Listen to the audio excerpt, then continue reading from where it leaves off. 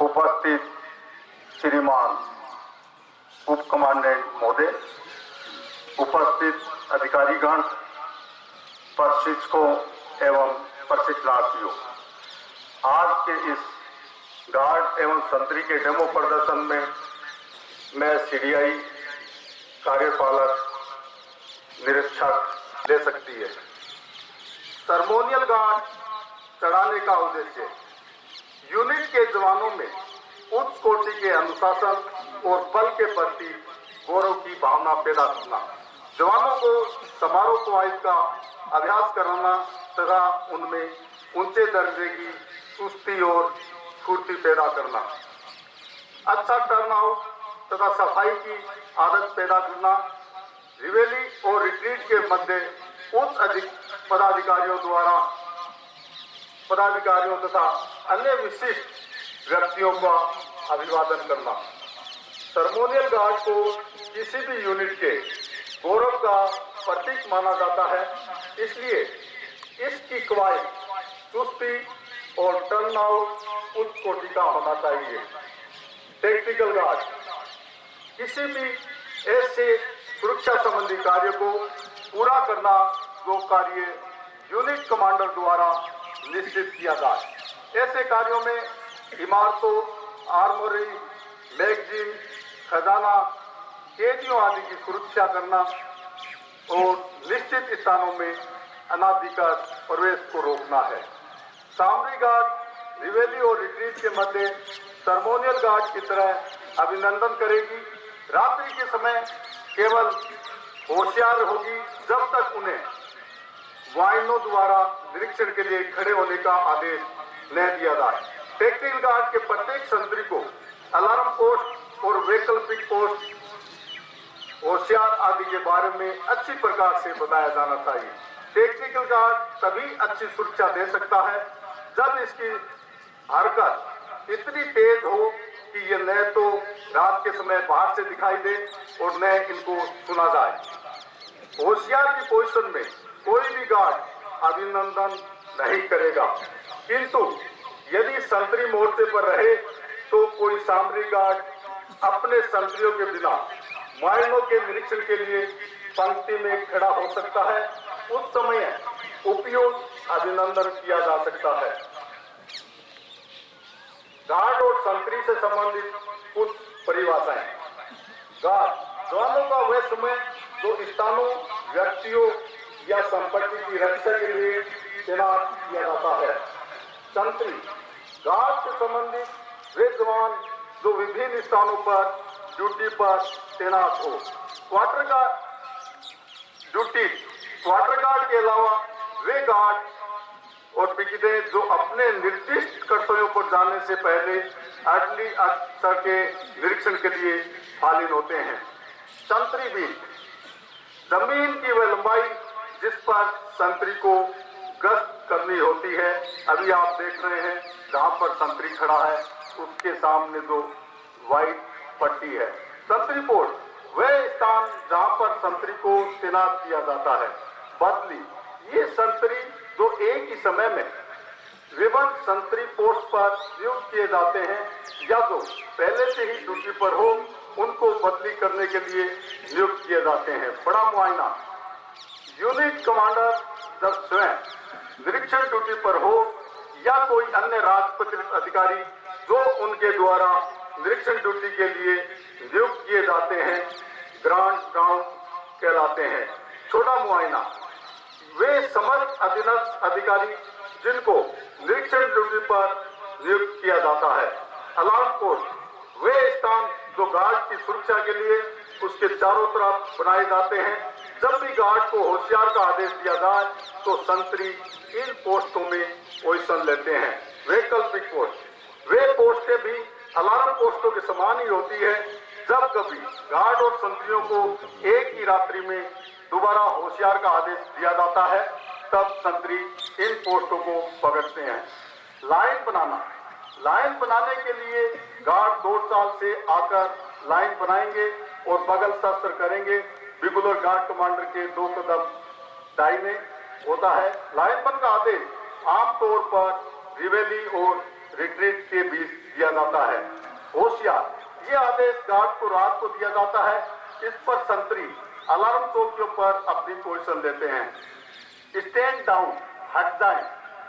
ये आदेश गार्ड को रात्रि के समय मुआयनों का निरीक्षण होने के बाद अलार्म पोस्टों से वापस एकत्रित होने के लिए दिया जाता है। इस आदेश पर गार्ड अलार्म पोस्ट को छोड़कर गार्ड कक्ष में चले जाते हैं।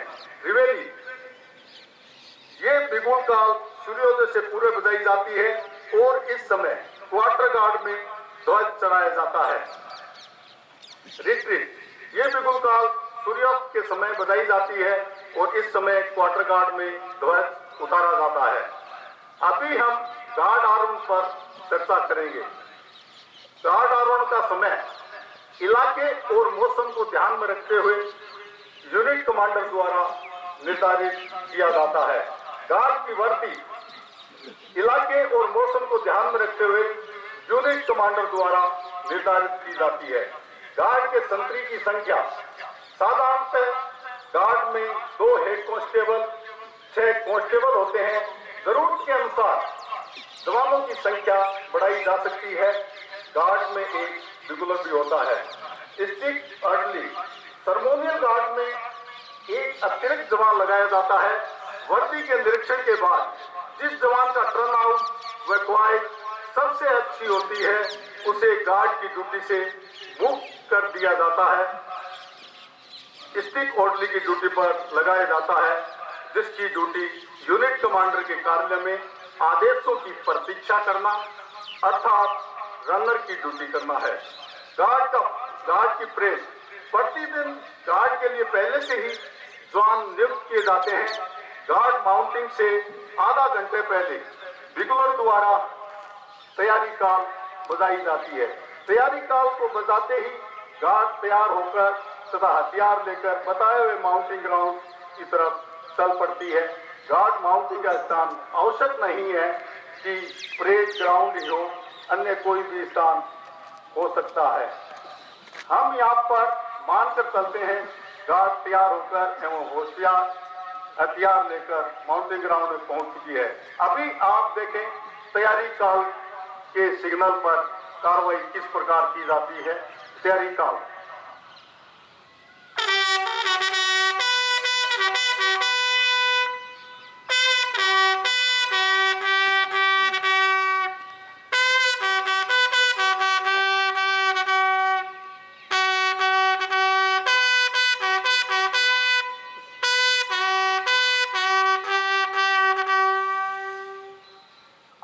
देखा कि तैयारी काल के बजने के पश्चात यूनिट का झंडा चढ़ाया जाता है।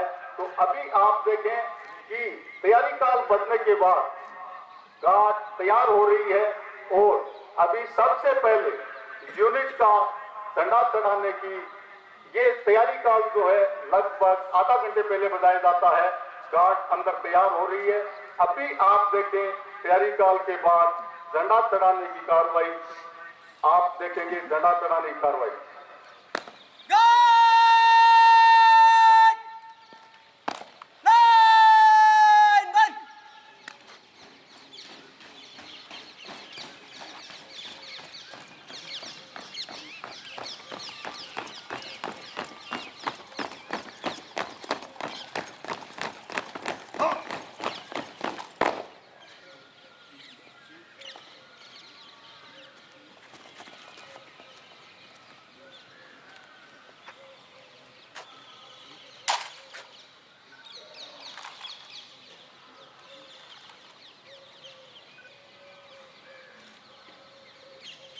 झंडा चढ़ाने की कार्रवाई के दौरान दिवाली काल बजाया जाएगा।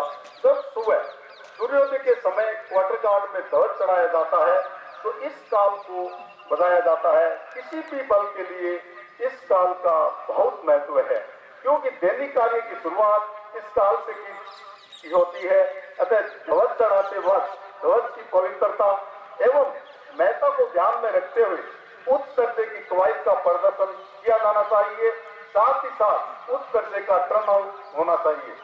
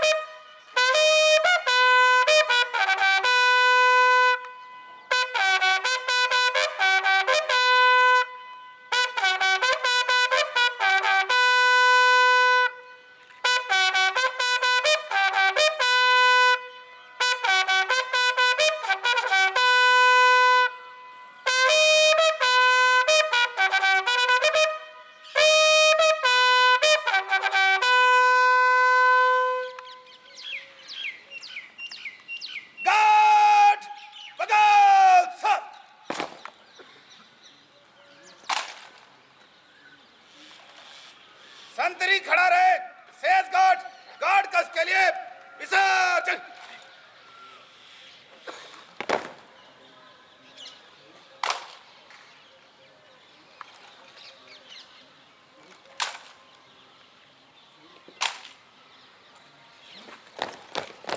आपने देखा कि तैयारी काल के बजने के पश्चात यूनिट का झंडा चढ़ाया गया और रिवेली बजाई गई। रिवेली का जब एक बार फिर बताना समझता हूं, जब सुबह सूर्योदय के समय क्वार्टर गार्ड में ध्वज चढ़ाया जाता है तो इस काल को बजाया जाता है। किसी भी बल के लिए इस काल का बहुत महत्व है, क्योंकि दैनिक कार्य की शुरुआत इस काल से ही होती है। अतः ध्वज चढ़ाते वक्त ध्वज की पवित्रता एवं महत्ता को ध्यान में रखते हुए उस दर्जे की कवायद का प्रदर्शन किया जाना चाहिए। साथ ही साथ उस दर्जे का टर्न आउट होना चाहिए। अभी आप अगली कार्रवाई में देखेंगे क्वार्टर काल।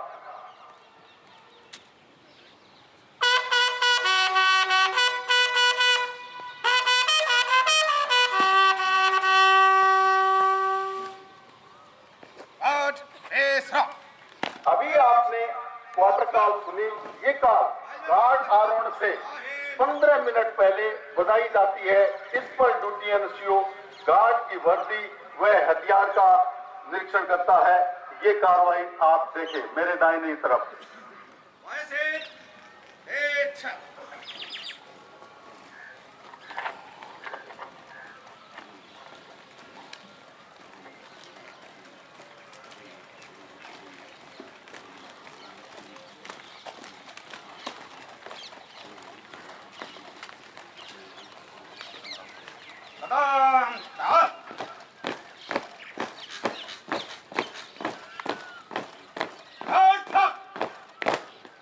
आगे बढ़ेगा ड्यूटी एनसीओ की कार्रवाई।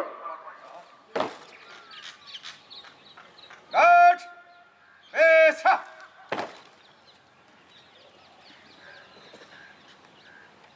इस पर ड्यूटी एनसीओ गार्ड की वर्दी व हथियार का निरीक्षण करेगा। ड्यूटी एनसीओ की कार्रवाई। कंपनी का कोई सीनियर प्रधान आरक्षक ड्यूटी एनसीओ के लिए नियुक्त होता है। गार्ड माउंटिंग क्षेत्र में जब फालिन होती है तो वह 2 लाइनों में फालिन होगी। लाइनों के बीच का फासला 4 कदम यानी 120 इंच होता है। यहाँ पर गार्ड कमांडर के दाहिने 2 कदम पर सिर्फ रेगुलर होता है। द्वितीय गार्ड कमांडर के पीछे कवर करके खड़ा होता है। अभी आप ड्यूटी एनसीओ द्वारा की जाने वाली कार्रवाई देखें।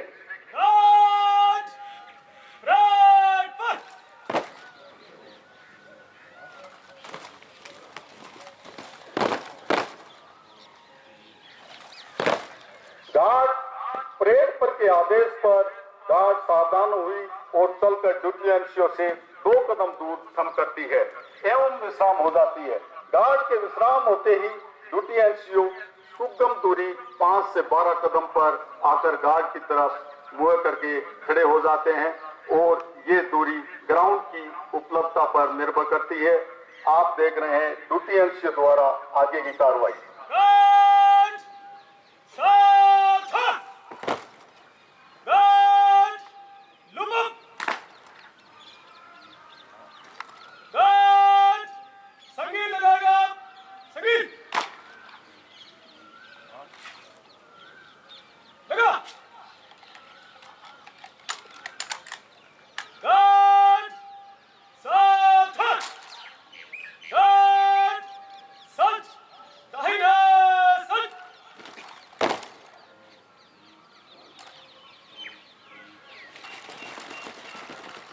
आप देख रहे हैं ड्यूटी एनसीओ द्वारा संगीन लगवाने की कार्रवाई देखी। इसके बाद गार्ड की सजा ड्यूटी एनसीओ द्वारा की जा रही है। सामने रहना आगे जवान, थोड़ा आगे। सामने की लाइन, हिला मत।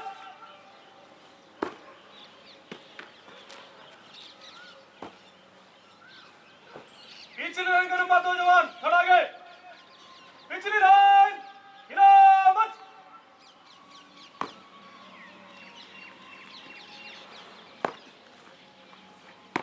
गार्ड, सामने देख।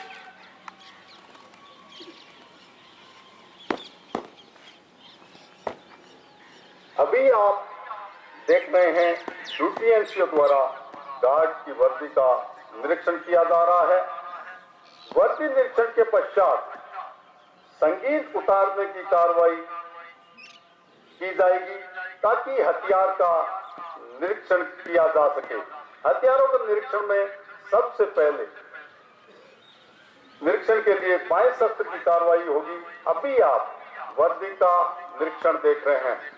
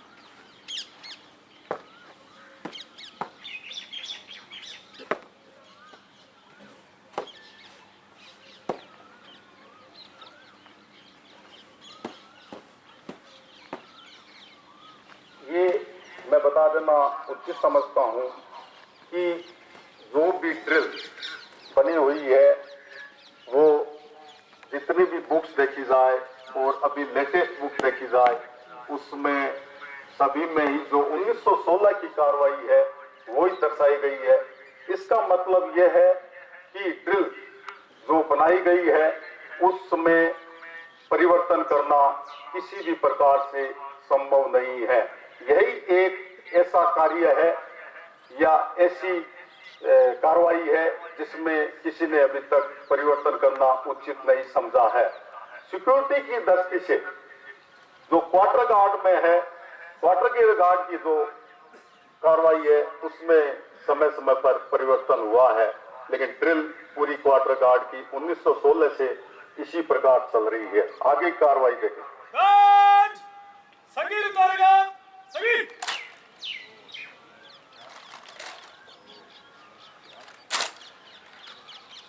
गार्ड उतार। गार्ड सावधान। गार्ड निरीक्षण के लिए बाएं शट।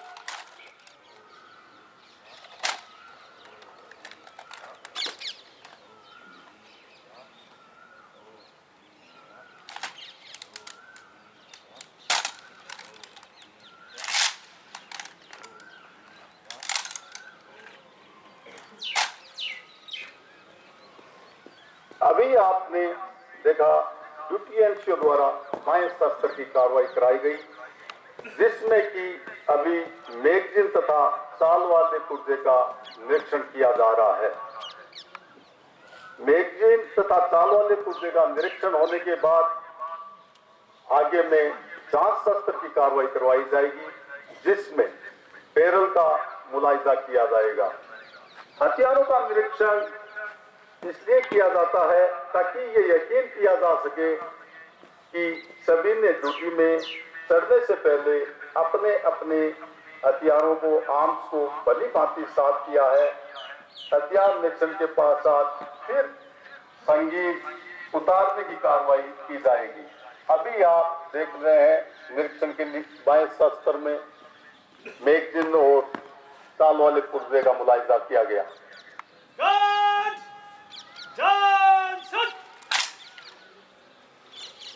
अभी जांच शस्त्र की स्थिति से बैरल का मुलाहिजा किया जा रहा है ड्यूटी एनसीओ के द्वारा।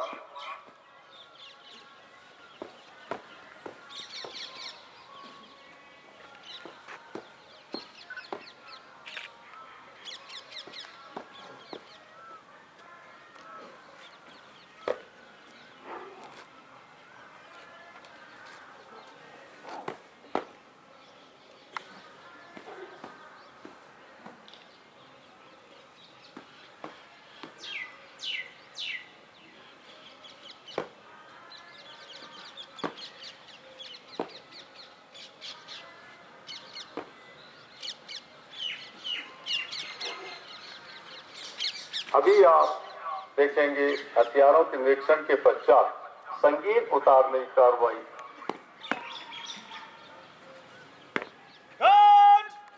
चार वाले पुर्जे आगे कर।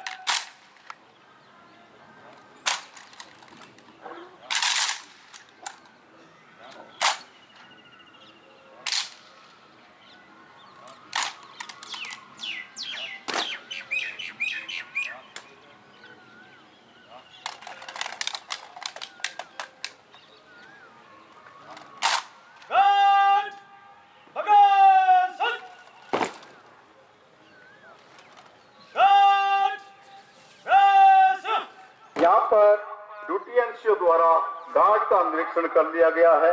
इसके पश्चात ड्यूटी एनसीओ गार्ड कमांडर के दाहिने 5 कदम पर लाइन पर खड़े हो गए और ड्यूटी अफसर के आने की प्रतीक्षा कर रहे हैं।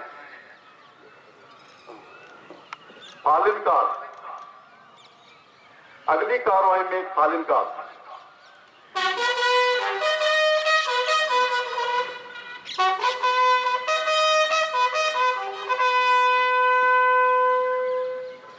काल के बजने पर ड्यूटी अफसर का आगमन होता है। ड्यूटी अफसर के आने पर ड्यूटी एनसीओ द्वारा गार्ड को सावधान करके रिपोर्ट दी जाती है और रिपोर्ट देने के पश्चात ड्यूटी एनसीओ अपने मूल स्थान पर आ जाएगा।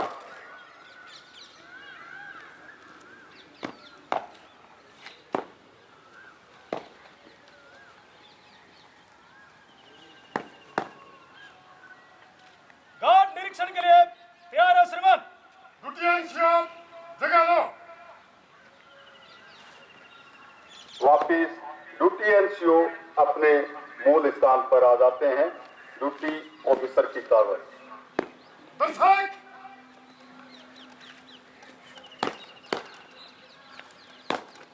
Duty parade first.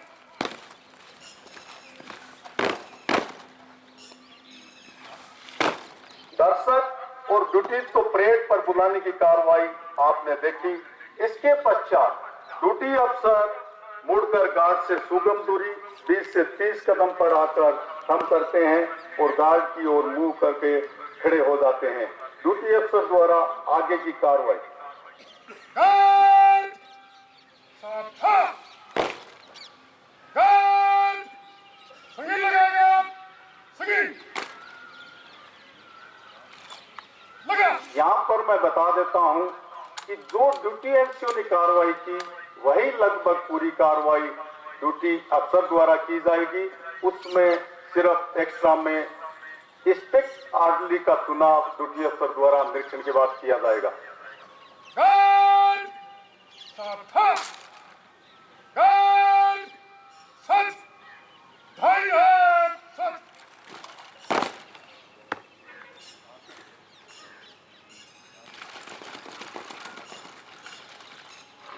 सामने का आखिरी जवान थोड़ा पीछे सामने की लाइन हिला मत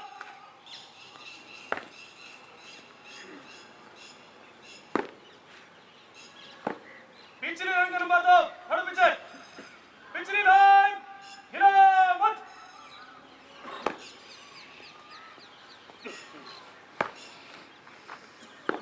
गार्ड सामने देख गार्ड गिनती कर 1 2 3 4 ड्यूटी अफसर द्वारा संगीन लगाने एवं गिनती करने के पश्चात वर्दी का निरीक्षण किया जा रहा है और आप देख रहे हैं ड्यूटी एनसीओ भी साथ है ताकि ड्यूटी अफसर द्वारा दिए जाने वाले रिमार्क को नोट कर सके। इसके बाद निरीक्षण के बाद जिस प्रकार ड्यूटी एनसीओ ने हथियारों का निरीक्षण करवाया उसी प्रकार ड्यूटी अफसर भी हथियारों का निरीक्षण करवाएंगे।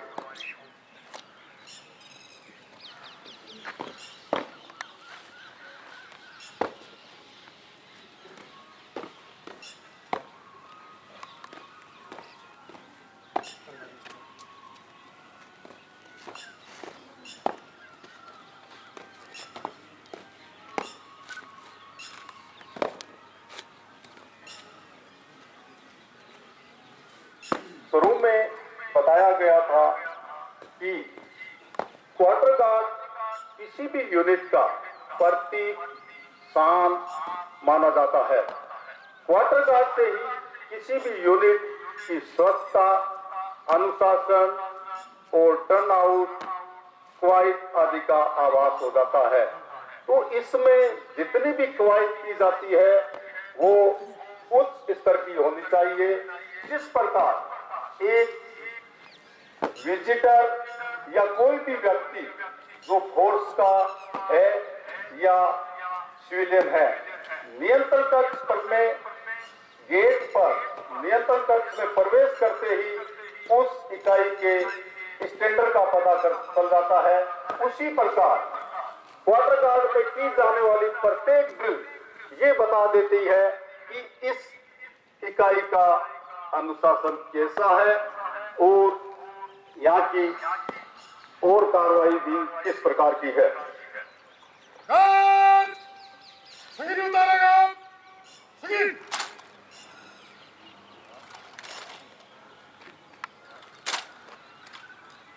उतार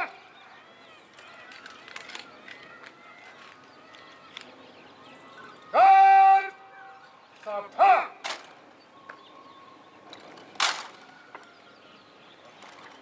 गार्ड निरीक्षण के लिए पाँच सात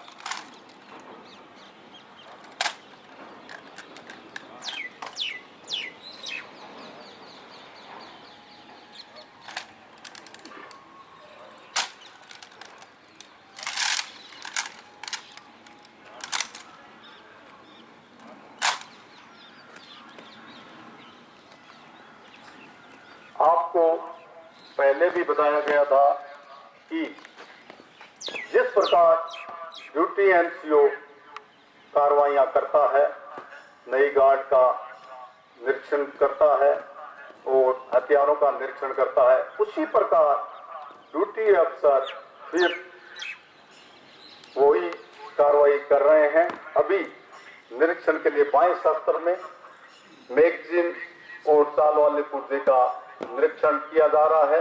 इसके बाद जांच शस्त्र की कार्रवाई की जाएगी जिसमें बैरल का मुलाहिजा किया जाएगा।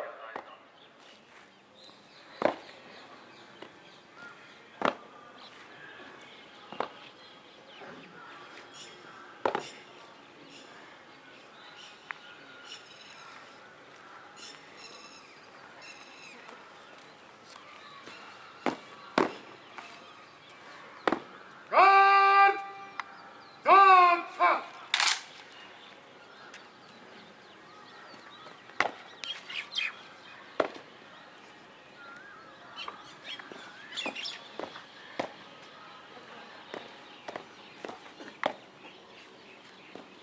सब ड्यूटी ऑफिसर हथियारों का निरीक्षण कर लेता है।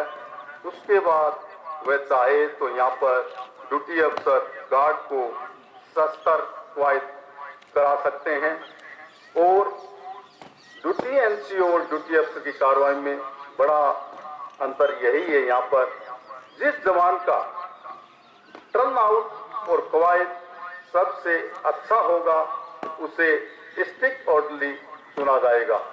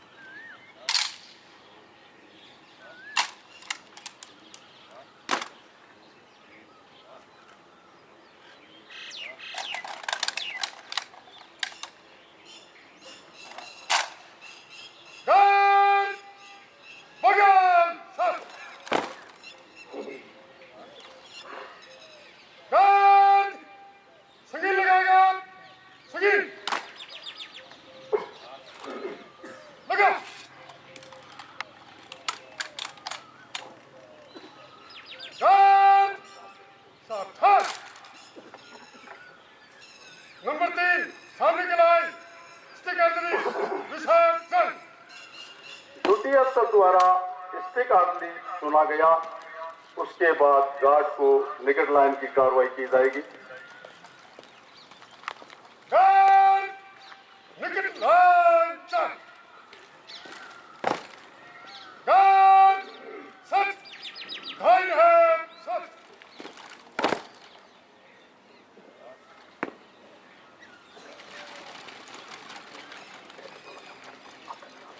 सामने लाइन के नंबर 3 थोड़ा आगे। सामने की लाइन हिला मत।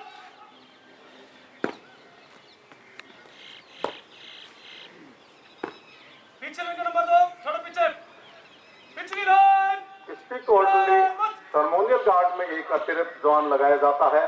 वर्दी के निरीक्षण के बाद जिस जवान का टर्न आउट व क्वाइट सबसे अच्छी होती है उसे गार्ड की ड्यूटी से मुक्त कर स्टिक ऑर्डरली की ड्यूटी पर लगाया जाता है, जिसकी ड्यूटी यूनिट कमांडर के कार्यालय में आदेशों की प्रतीक्षा करना और अर्थात रनर की ड्यूटी करना है।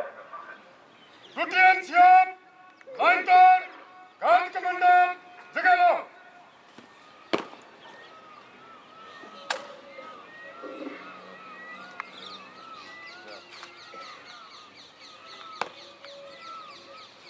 ड्यूटी अफसर के द्वारा गार्ड कमांडर के सुपुर्द किया गया। इसके पश्चात ड्यूटी अफसर अपने बाईं तरफ सुगम दूरी पर जाकर खड़े हो जाएंगे, जहां पर गार्ड द्वारा दिया गया अभिवादन ले सके। नई गार्ड का गार्ड कमांडर गार्ड को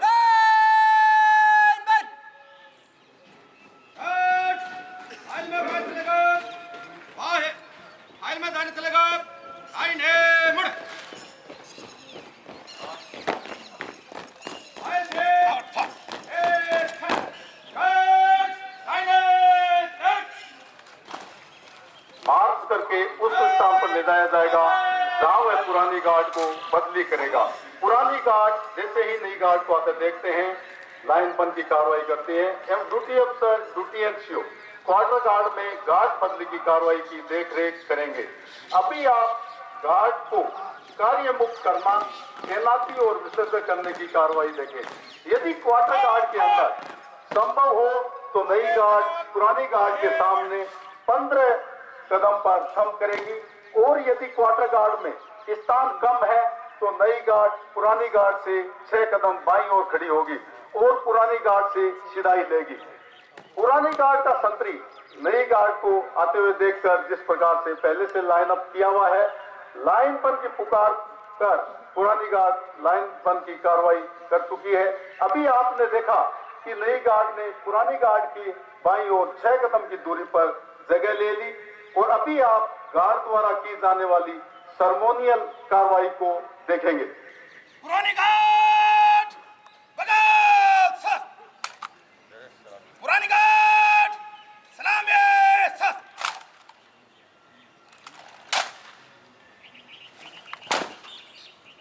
नई घाट सलाम सा,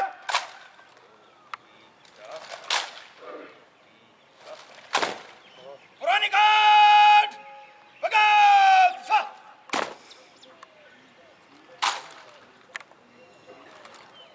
नई घाट बगल सा,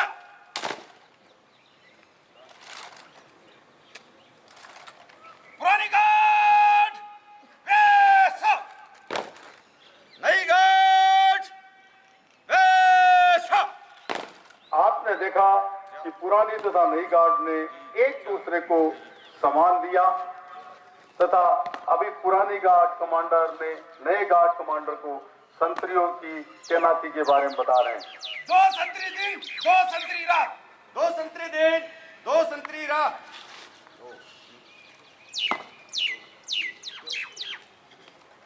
तैनाती के विषय में बताया और पुराना कमांडर अपनी गार्ड के दाहिनी ओर तरफ तथा नया गार्ड कमांडर अपनी गार्ड के सामने खड़े हो गए। अभी आप देख रहे हैं नए गार्ड कमांडर द्वारा बदलियों की बांट की जा रही है। गार्ड गार्ड गार्ड की तरह गिनती का 1 2 3 4 5 6 1 2 पहला बदले, 3 4 दूसरा बदले, 5 6 तीसरा बदले, पहला बदले सेकंड गार्ड कमांडर खड़ा रहे, शेष गार्ड वैसा। आपने देखा कि पूरी गार्ड को 3 बदलियों में बांटा गया और अब आप देखेंगे संतरियों की बदली एवं तैनाती के दौरान दोनों गार्ड कमांडर साथ का आदान प्रदान करने के लिए गार्ड कक्ष में चले जाते हैं। बदले सामने से एक साथ,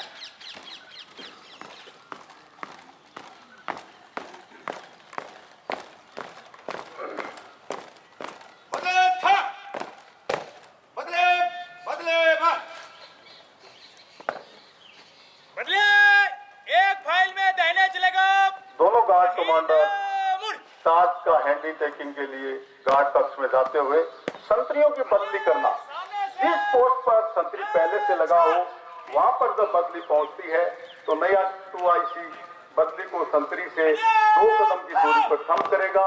बदली को आता हुआ देखकर पुराना संतरी सावधानी की हालत में आ जाएगा। थम करते ही नया संतरी बदली के पास से हटकर पुराने संतरी के बाईं ओर उसी दिशा में पहुंच करके खड़ा हो जाएगा। अभी आप देख रहे हैं संतरियों के बदली की कार्रवाई। आप क्वार्टर गार्ड के सामने के संतरी हो। मैं क्वार्टर गार्ड के सामने का संतरी हूँ। आपकी ड्यूटी 2 घंटे की है। मेरी ड्यूटी 2 घंटे की है। आपकी ड्यूटी के दौरान मेरी ड्यूटी के दौरान क्वार्टर गार्ड के सामने से गुजरने वाले क्वार्टर गार्ड के सामने से गुजरने वाले प्रत्येक पदाधिकारी को पद के मुताबिक सम्मान देंगे। पद के मुताबिक सम्मान दूंगा। गार्ड को दिन में लाइन बंद, गार्ड को दिन में लाइन बंद और रात में गार्ड होशियार कराएंगे। और रात में गार्ड होशियार कराऊंगा। बिना गार्ड कमांडर की आज्ञा के बिना गार्ड कमांडर के आज्ञा के कोई भी सामान ना तो क्वार्टर गार्ड से बाहर जाने देंगे, ना तो क्वार्टर गार्ड से बाहर जाने दूंगा और ना ही क्वार्टर गार्ड के अंदर आने देंगे। और ना ही क्वार्टर गार्ड के अंदर आने दूंगा। आग लगने पर आग चिल्लाएंगे, आग चिल्लाऊंगा और फायर अलार्म बजाएंगे। और फायर अलार्म बजाऊंगा। समय समय पर घंटा बजाएंगे। घंटा बजाऊंगा। संतरे ठीक ठीक। संतरे बदली करो, बदले एक फाइल में बाएं चलेगा, बाएं मुड़। अभी आप संतरियों की बदली देख रहे हैं। जो कुछ बातें बदले घंटा बजाने की, अलार्म करने की, ये सब एक बल सदस्य को हर तरह से बार बार रिपीट किया जाता है, ब्रीफिंग दिया जाता है, बताया जाता है। लेकिन केंद्रीय औद्योगिक सुरक्षा बल ने आज के समय में मैं समझता हूं कि इतनी ज्यादा प्रोग्रेस कर ली है, अभी कोई घंटा बजाने की जरूरत नहीं है।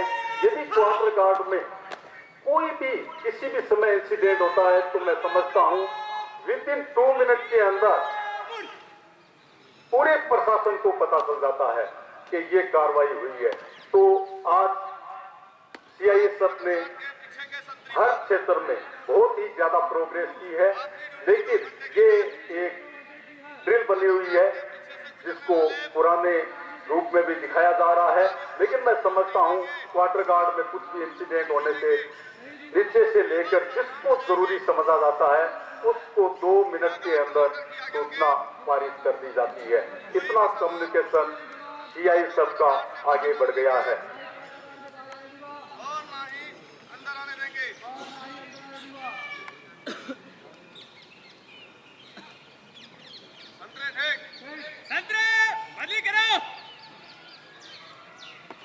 अभी संतरियों की बदली की कार्रवाई चल रही है। संतरियों के बदली हो जाने पर दोनों गार्ड कमांडर जो गार्ड कक्ष में अपने गार्ड का साथ लेन देन कर रहे हैं, सभी पुराना गार्ड नए गार्ड को सभी बातों के बारे में बता रहा है, चार्ज के बारे में बता रहा है।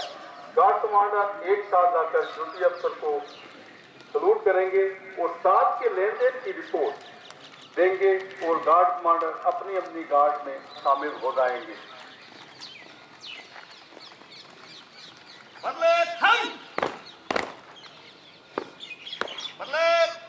आगे बढ़ेगा, दाहिने मुड़, बदले, लाइन तड़।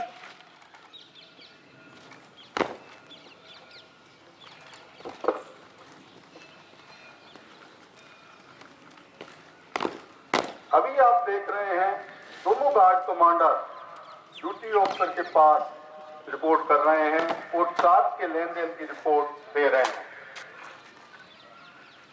मैं पुरानी गार्ड का गार्ड कमांडर नई गार्ड के गार्ड कमांडर को क्वार्टर गार्ड का चार्ज लेजर के मुताबिक ठीक प्रकार से दिया श्रीमान। मैं नई गार्ड का गार्ड कमांडर क्वार्टर गार्ड का चार्ज पुरानी गार्ड के गार्ड कमांडर से लेजर के अनुसार ठीक प्रकार से लिया श्रीमान। ठीक है, अगली कार्रवाई करें।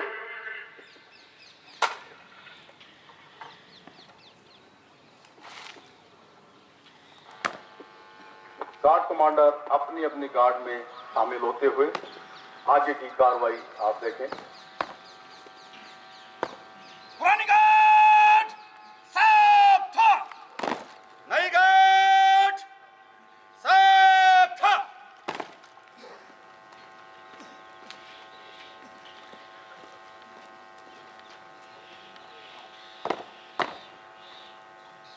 पुरानी गार्ड फाइल में दाहिने चलेगा, दाहिने मुड़। अभी आप देख रहे हैं पुरानी गार्ड कार्यमुक्त हो रही है और जब पुरानी गार्ड जाएगी तो नई गार्ड उसको सामान देगी। नई गार्ड सलाम में साथ। गार्ड बैक देख, गार्ड सामने देख, गार्ड बगल साथ।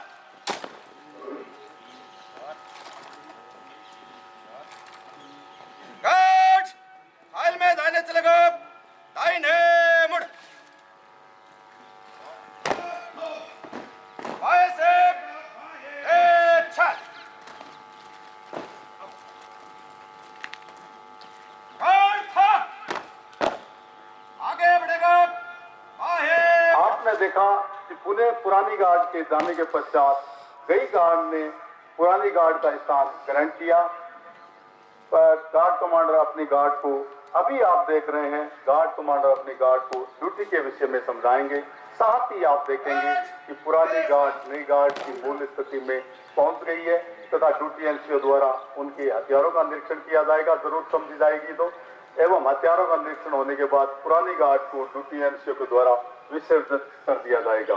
क्वार्टर गार्ड के अंदर किसी भी अनजान व्यक्ति को क्वार्टर गार्ड में प्रवेश नहीं करने देना है तथा क्वार्टर गार्ड के सामने से गुजरने वाले प्रत्येक पदाधिकारी को उनके पद के अनुसार सम्मान देना है और बगैर गार्ड कमांडर की इजाजत के कोई भी क्वार्टर गार्ड का सामान न तो बाहर से अंदर आएगा और न अंदर से बाहर जाएगा। किसी को कोई डाउट?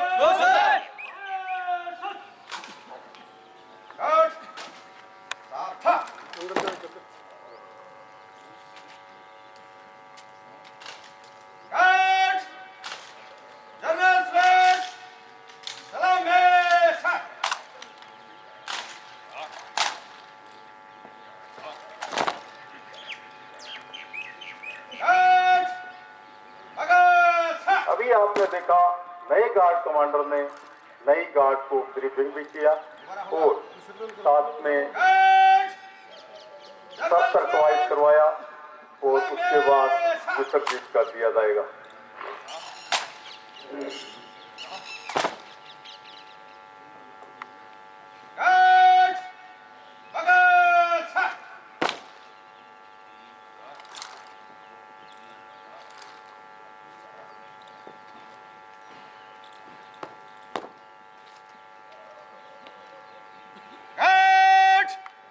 संतरी खड़ा रहे, शेष गार्ड गार्ड कक्ष को विसर्जित।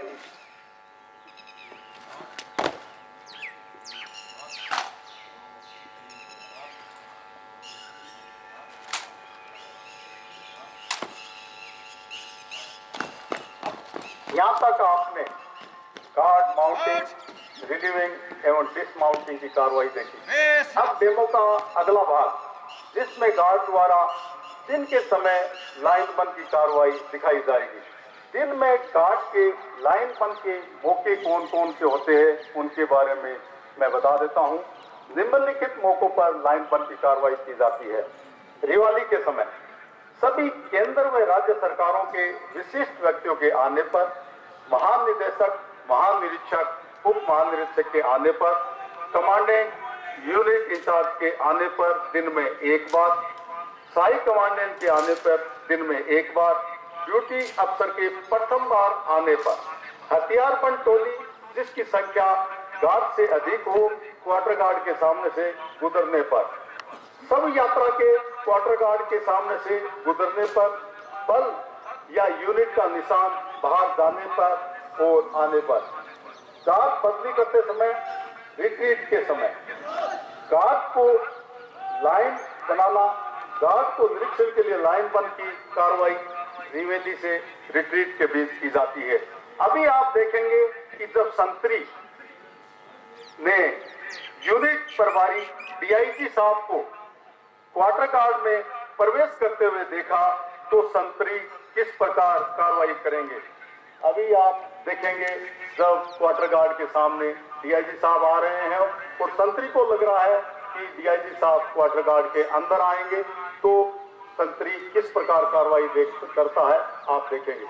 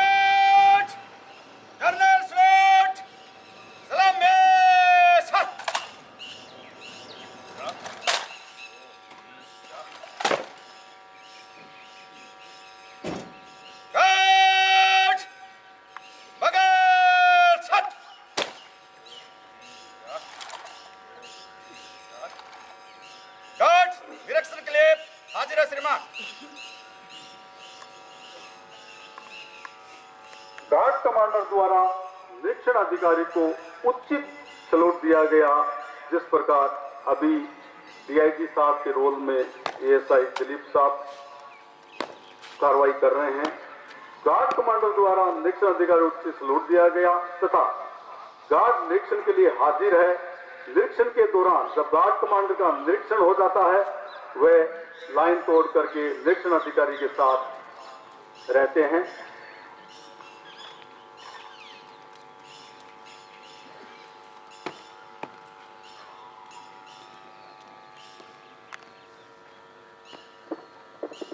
विसर्जन कराएं। गार्ड संतरी खड़ा रहे, शेष गार्ड गार्ड कक्ष को विसर्जित।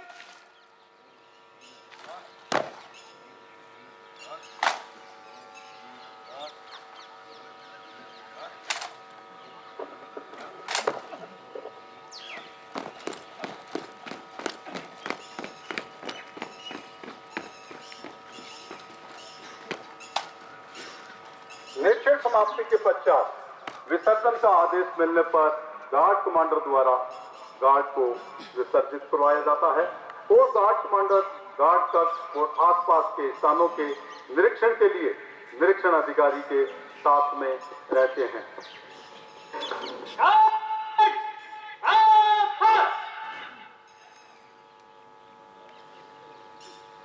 आज क्वार्टर गार्ड का चार्ज किसने लिया? ठीक ठाक लिया है। फर्स्ट संतरी कौन था? शाबाश।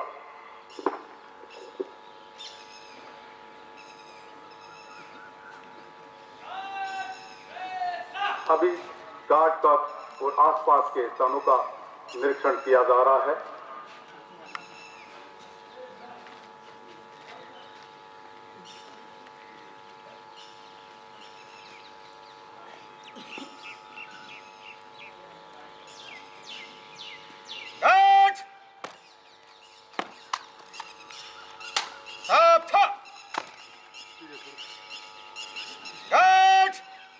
निरीक्षण के बाद निरीक्षण अधिकारी को गार्ड कमांडर के द्वारा जाने के समय कमान दिया गया।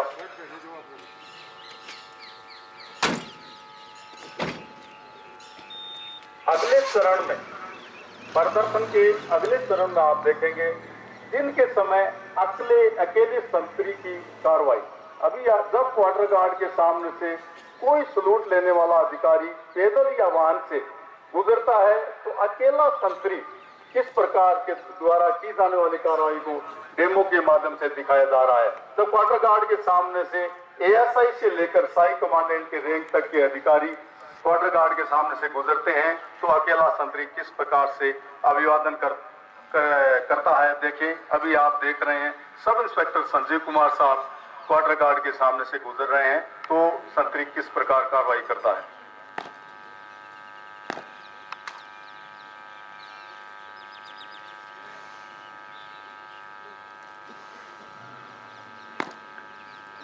ये अकेले संतरी की कार्रवाई दिन के समय गार्ड कमांडर और संतरी दोनों की कार्रवाई देखें।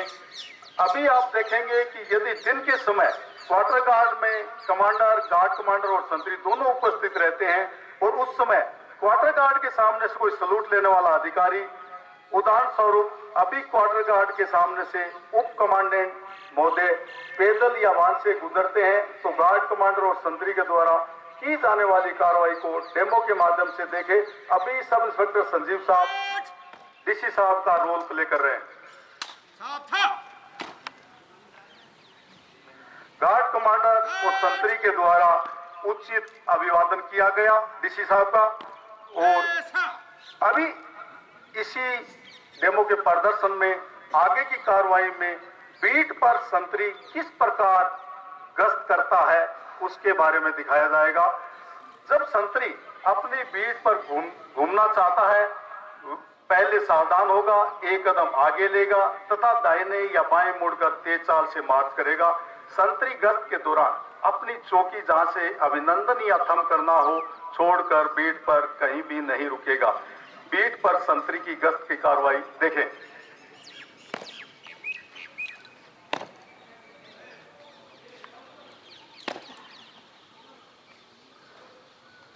अभी आप देख रहे हैं संतरी क्वार्टर गार्ड में बीट पर गश्त कर रहा है।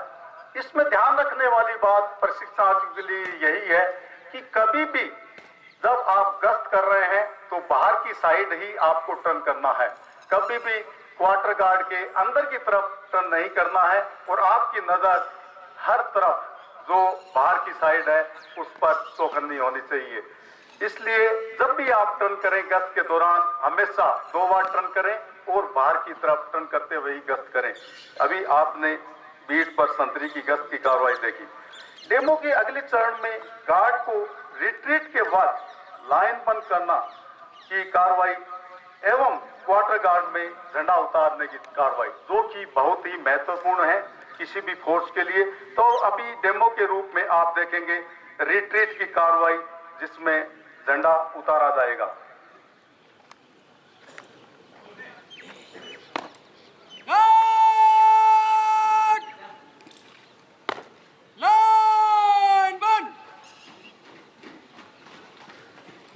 सभी प्रशिक्षणार्थी ध्यान दें कि जब रिट्रीट कॉल बजाया जाएगा सभी प्रशिक्षणार्थी अपनी जगह पर खड़े हो जाएंगे। सूर्यास्त के समय जब ध्वज को उतारना हो तो रिट्रीट बजाई जाती है। प्रत्येक बल के सदस्य के लिए रिट्रीट का विशेष महत्व है, क्योंकि इस समय इकाई ध्वज को रात्रि के समय सुरक्षित रखने के लिए उतारा जाता है। ध्वज उतारते वक्त भी ड्रिल प्रदर्शन उच्च दर्जे का होना चाहिए एवं यूनिट के सभी सदस्यों को चाहिए वे रिट्रीट कॉल सुनने पर क्वार्टर गार्ड की तरफ मुंह करके सावधान पोजीशन में खड़े हो जाएं ताकि इकाई ध्वज को सम्मान दिया जा सके। इसलिए सभी प्रशिक्षणार्थी खड़े हो जाएं और रिट्रीट कॉल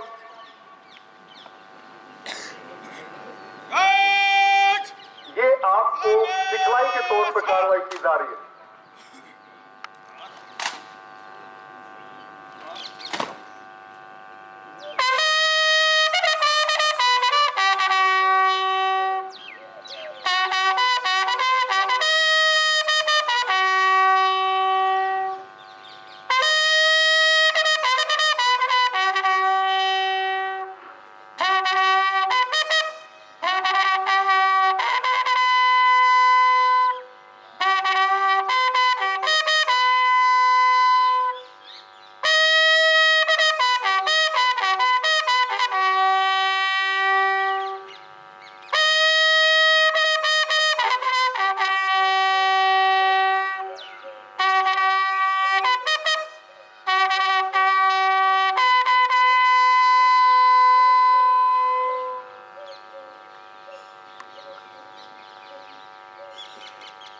अभी सभी प्रशिक्षणार्थी बैठ जाएं और ध्यान दें।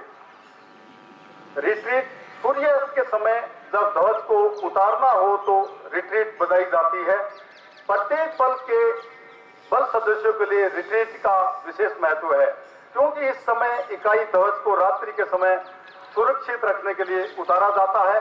ध्वज उतारते वक्त भी ड्रिल प्रदर्शन उच्च दर्जे का होना चाहिए एवं यूनिट के सभी सदस्यों को चाहिए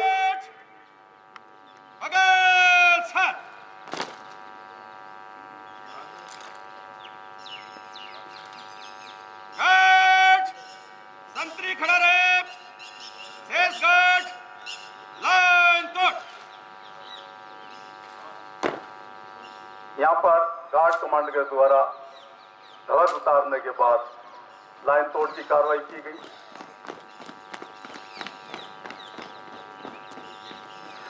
ध्वज उतारते वक्त भी ड्रिल प्रदर्शन उस दर्जे का होना चाहिए एवं यूनिट के सभी सदस्यों को चाहिए वे रिट्रीट कॉल सुनने पर क्वार्टर गार्ड की तरफ मुंह करके सावधान पोजीशन में खड़े हो जाएं ताकि इकाई ध्वज को सम्मान दिया जा सके।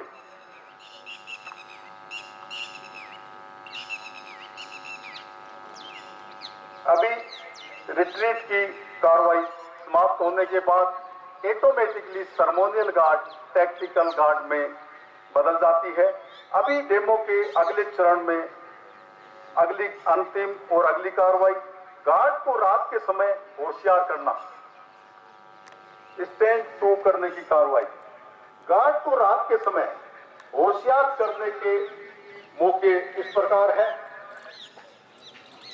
गार्ड को रात के समय किसी भी समय जनरल अलार्म या फायर अलार्म बजने पर, आसपास खतरे का अंदेशा या सूचना मिलने पर, जब कोई भी मुआयना गार्ड होशियार करवाना चाहे, किसी भी अपरिचित व्यक्ति, संदिग्ध व्यक्ति या दल के क्वार्टर गार्ड की ओर आने पर, एक बार फिर मैं बता देना चाहता हूं, गार्ड होशियार की कार्रवाई निम्न मौकों पर की जाती है। किसी भी समय फायर अलार्म, जनरल अलार्म बजने पर, आसपास खतरे का अंदेशा या सूचना मिलने पर, जब कोई भी मुआयना गार्ड होशियार करवाना चाहे, किसी अपरिचित व्यक्ति, संदिग्ध व्यक्ति या दल के क्वार्टर गार्ड की ओर आने पर, अभी आप देखेंगे कि ड्यूटी अफसर के आने पर किस प्रकार गार्ड होशियार की कार्रवाई करवाई जाती है।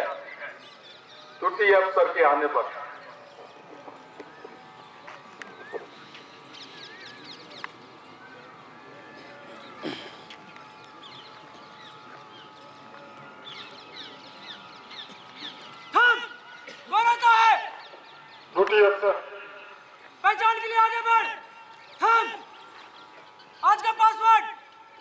रंगा बिल्ला ड्यूटी ऑफिसर खड़ा रहे।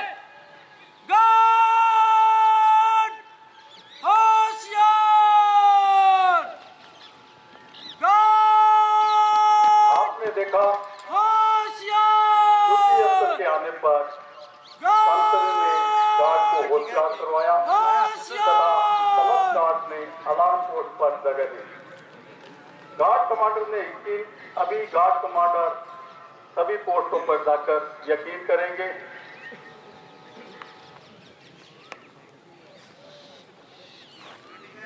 सभी अलार्म पोस्ट में संतरी सभी अलार्म पोस्ट में पहुंच चुके हैं तथा क्वार्टर गार्ड को पूर्णतया सुरक्षित कर लिया गया है। संतुष्ट होने के बाद गार्ड कमांडर संतरी के पास जाएंगे तथा आने वाले अधिकारी के विषय में पूछेंगे। ड्यूटी ऑफिसर संतरी जगह लो। अभी आप देख रहे हैं जो कि शुरू से यही ड्रिल चलती आ रही है उसी को दिखाया जा रहा है। आइए श्रीमान, सब ठीक है।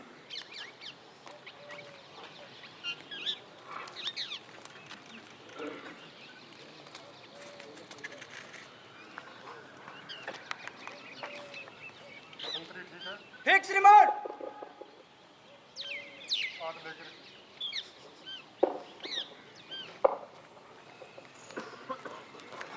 आप देख रहे हैं कि ड्यूटी अफसर द्वारा मोर्चे का सारा मतलब अलार्म पोस्टों का निरीक्षण किया जा रहा है। संतरियों से जिम्मेदारी का इलाका भी पूछा जा रहा है।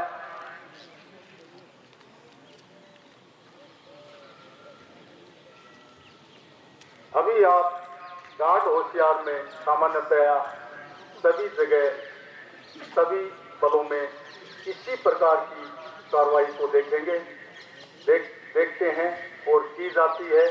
ये सिर्फ ड्रिल का मकसद होता है कि एक आपको तरतीब बताई जाती है कि कुछ भी बात होने से इस प्रकार से आप देखिएगा। कोई दिक्कत?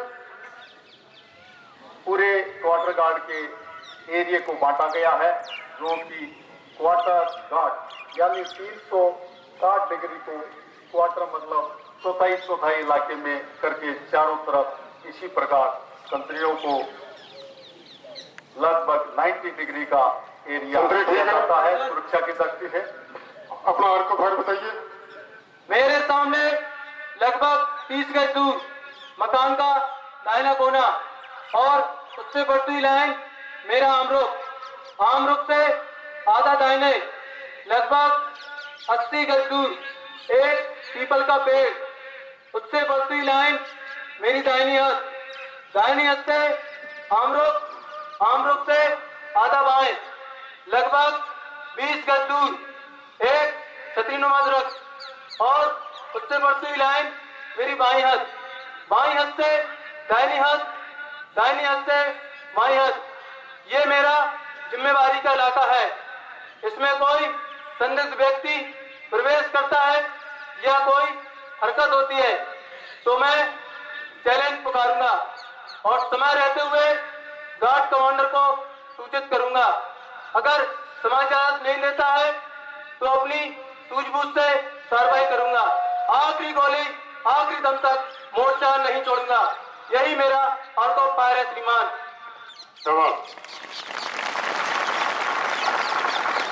गार्ड को स्टैंड डाउन। अभी आप देख रहे हैं कि ड्यूटी अफसर द्वारा अलार्म पोस्ट का निरीक्षण किया जा रहा है तथा संतरियों के जिम्मेदारी का इलाका भी पूछा जा गया है। ड्यूटी अफसर के द्वारा गार्ड को लाइन बंद का आदेश दिया जाता है जिसमें सभी लाइन बंद करते हैं।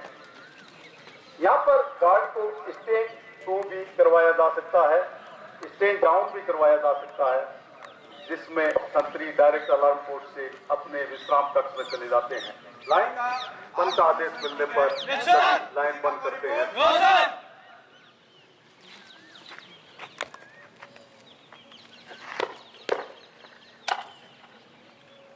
सभी का आर्म्स एवं आमने-सामने ठीक है श्रीमान, किसी का कोई रिपोर्ट नहीं।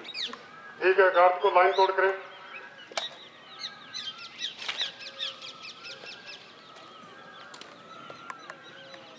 खड़ा रहे। शेष गार्ड लाइन तो। यदि बड़ा मुआयना या छोटा मुआयना गार्ड को होशियार नहीं करवाना चाहते हैं तो संतरी के थम पुकारने पर 2 शब्द कहेंगे।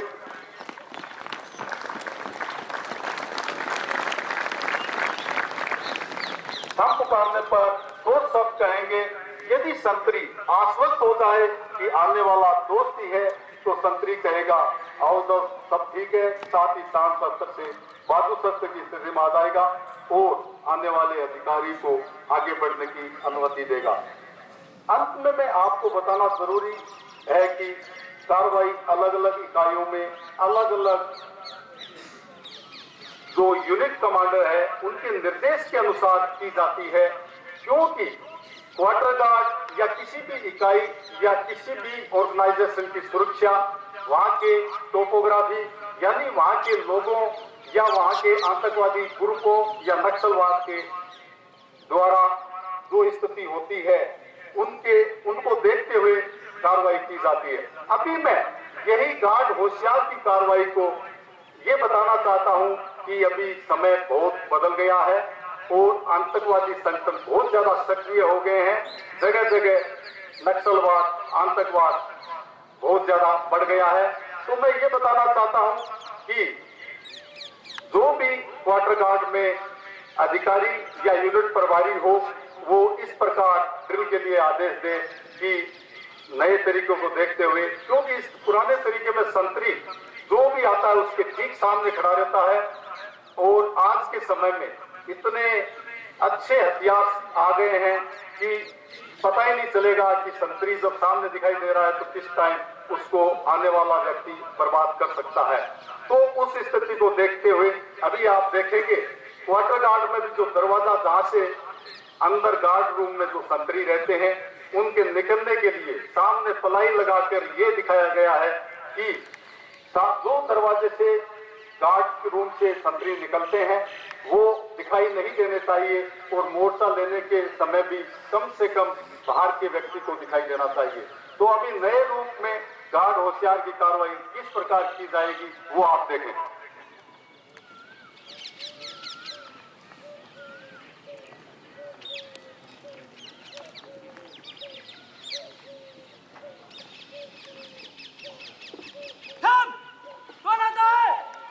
बड़ा मुआयना पहचान के लिए आगे बढ़। हम आज का पासवर्ड राम श्याम बड़ा मुआयना खड़ा रहे।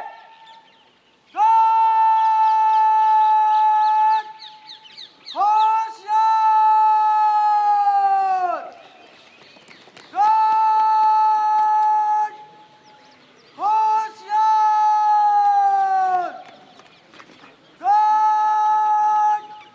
आपने देखा कार्रवाई वही होशियार की है और इसमें संतरी ने भी अपना आड़ लिया हुआ है। किसी भी रूप से संतरी आने वाले व्यक्ति को नहीं दिखाई दे रहा है।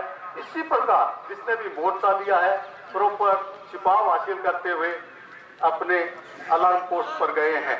उसी चीज को मैंने वापस दिखाया है नए तरीके में। इस प्रकार से यूनिट कमांडर के द्वारा ड्रिल या अभ्यास करवाया जा सकता है।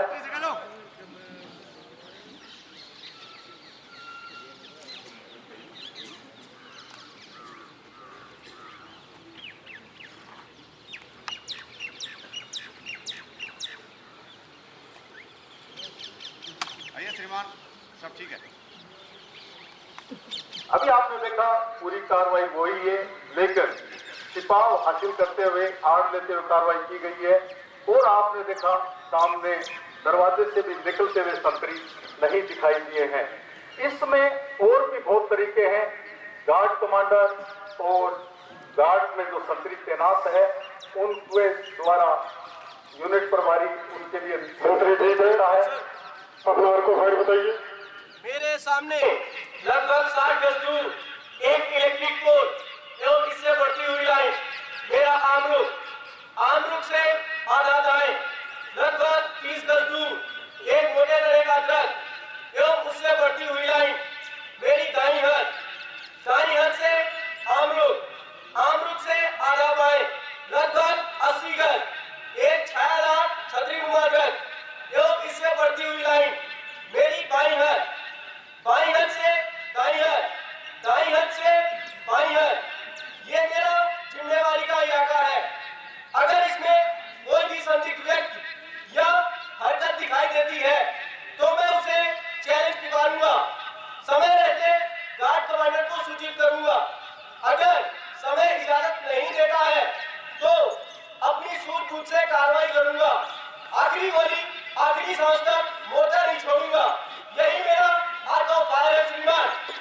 शाबाश, वेरी गुड। अभी आपने देखा कि ड्यूटी ऑफिसर द्वारा गार्ड को स्टैंड डाउन यानी हटाने के लिए आदेश दिया। इस आदेश पर सभी अपनी अलार्म पोर्ट से तुरंत अपने विश्राम के लिए चले जाएंगे।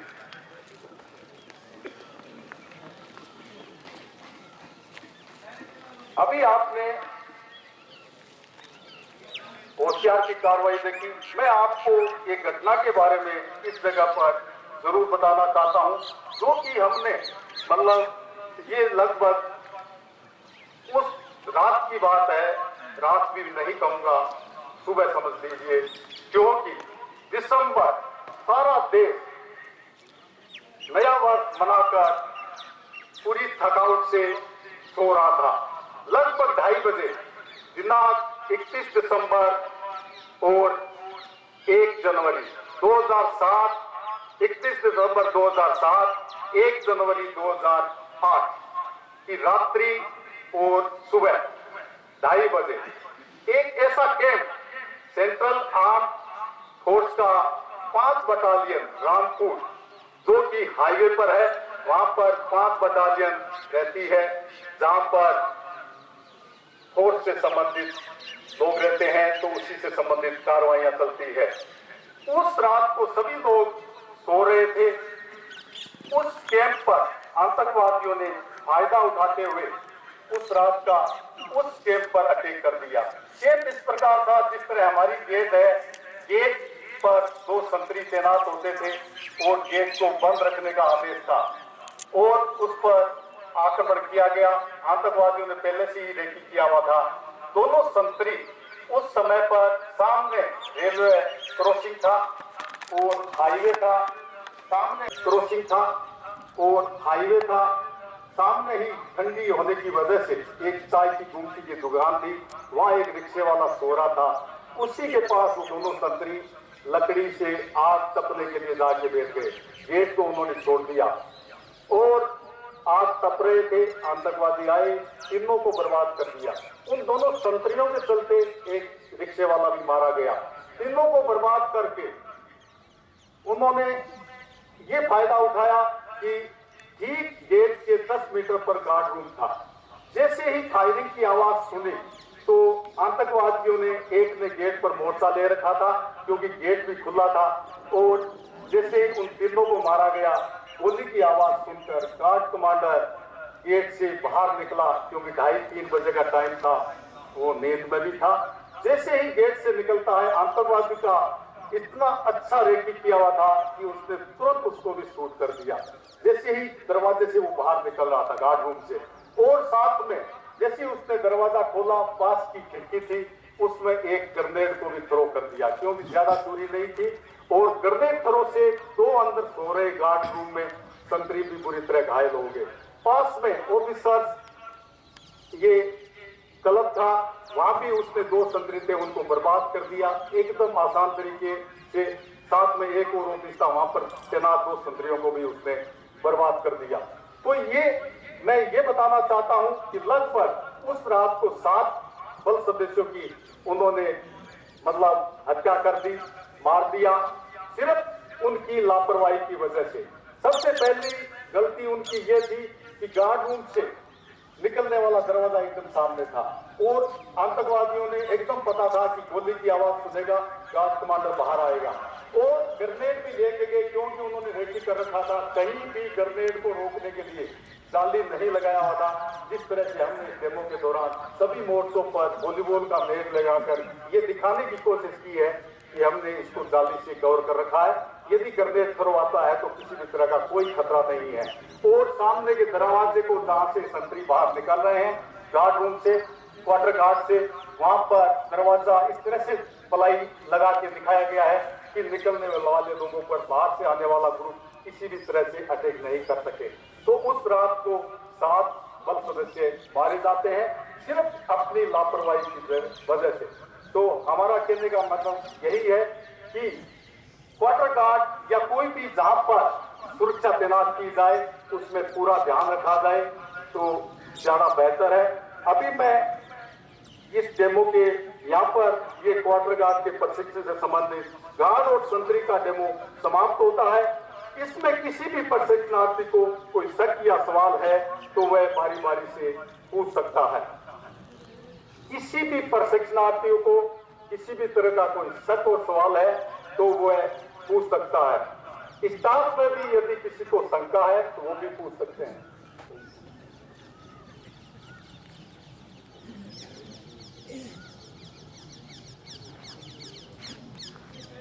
यदि मैं समझता हूं कि हमने इस डेमो के छोटे से डेमो के माध्यम से हर तरह से हमने अपनी तरफ से कोशिश की है प्रशिक्षणार्थियों को समझाने की गार्ड एंड संतरी के प्रदर्शन के द्वारा। अभी मैं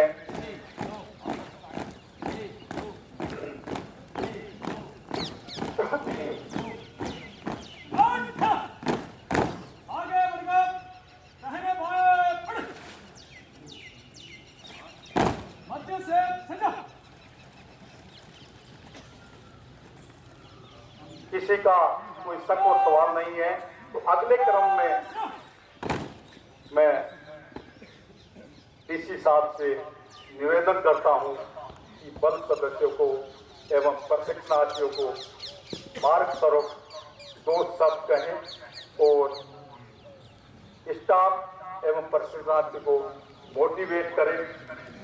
आदरणीय उप कमांडेंट महोदय।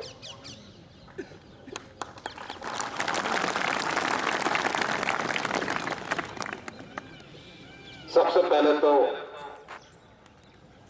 आज ये गार्ड माउंटिंग, डिसमाउंटिंग, लाइन बंद, होशियार और सुरक्षा के विभिन्न उपायों के साथ जो डेमोन्स्ट्रेशन दिखाया गया उसके लिए मैं सीडीआई, उनकी टीम और इसमें भाग लेने वाले सभी भागीदारियों को धन्यवाद देता हूं। साधुवाद के पात्र हैं और इसके अलावा वो लोग भी जो अप्रत्यक्ष रूप से इस डेमो में जुड़े हुए थे उसको सफल बनाया, वो लोग भी साधुवाद के पात्र हैं, धन्यवाद के पात्र हैं। जैसा कि आपने देखा ये एक आइडियल डेमो था, आइडियल सिचुएशन में दिखाया गया। समय और परिस्थिति के हिसाब से तथा पर्टिकुलर उस क्षेत्र में जो खतरा है, खतरे का अंदेशा है और मोडस ऑपरेंडी है उसके मुताबिक आप यूनिट कमांडर चाहे तो क्वार्टर गार्ड में और मैगजीन में, खासतौर से मैगजीन में भी इस प्रकार की गार्ड लगती है, वहां सुरक्षा के उपायों में परिवर्तन कर सकते हैं। जैसे आप ये देख रहे हैं कि मोर्चे अलार्म पोस्ट जिसको बताया गया है, यहाँ सामने की तरफ ग्रेनेड को रोकने के लिए नेट दिया गया है जो कि वॉलीबॉल नेट के रूप में इस्तेमाल किया गया है।